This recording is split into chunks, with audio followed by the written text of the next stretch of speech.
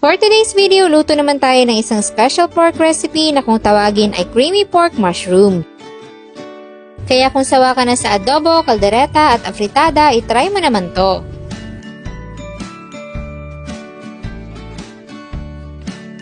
Gagamit lang tayo dito ng pork kasim or pork shoulders na slice sa ganitong kaninipis na cut. Lalagyan natin ng 2 tablespoon ng toyo, 1 tablespoon ng oyster sauce, 1 tablespoon ng calamansi juice, at ground black pepper. Haluin natin itong mabuti.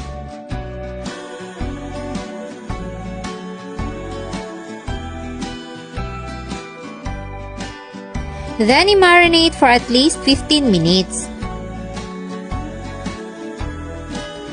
After 15 minutes, maglalagay tayo ng konting mantika sa isang kawali. At isi-stir fry natin yung ating marinated pork. Kailangang nasa high heat setting yung gamitin nyo. Antayin lang natin na mag-brown na yung ating pork. Kapag ganito na yung itsura, pwede nang hanguin at iset aside. By batch lang pala yung pagsasalang ng ating meat, so pagkatapos ng first batch, isunod naman natin yung natira.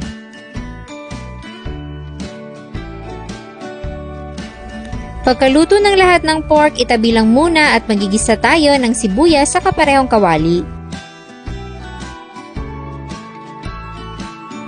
Isunod natin yung bawang,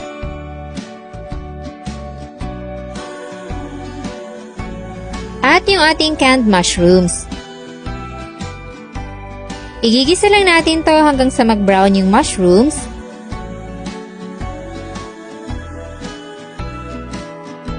Then, pwede na ihalo yung ating stir-fried pork.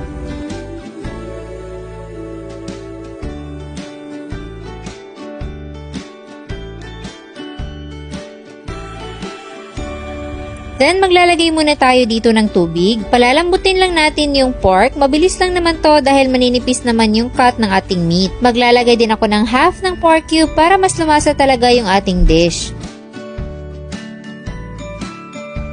Takpan at i-simmer na mga 15 to 20 minutes.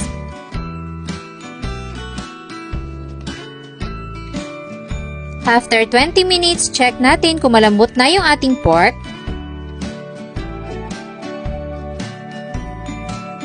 Kung okay na, pwede na tayo maglagay ng isang pack ng all-purpose cream.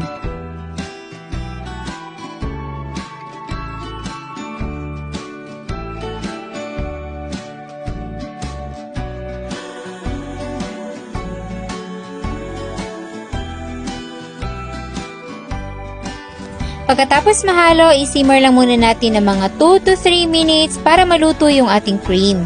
Then, magdadagdag lang ako ng generous amount ng black pepper at onion rings.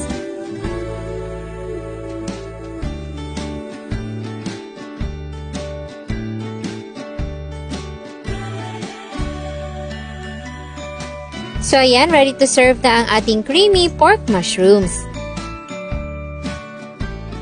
Pwede rin tayo mag-garnish dito ng fresh parsley or spring onions para sa dagdag kulay. Hindi ba't parang pang restaurant pero napakadali lang palang gawin sa bahay. Kaya ilalagay ko na dyan sa ibaba ang kompletong listahan ng mga sangkap.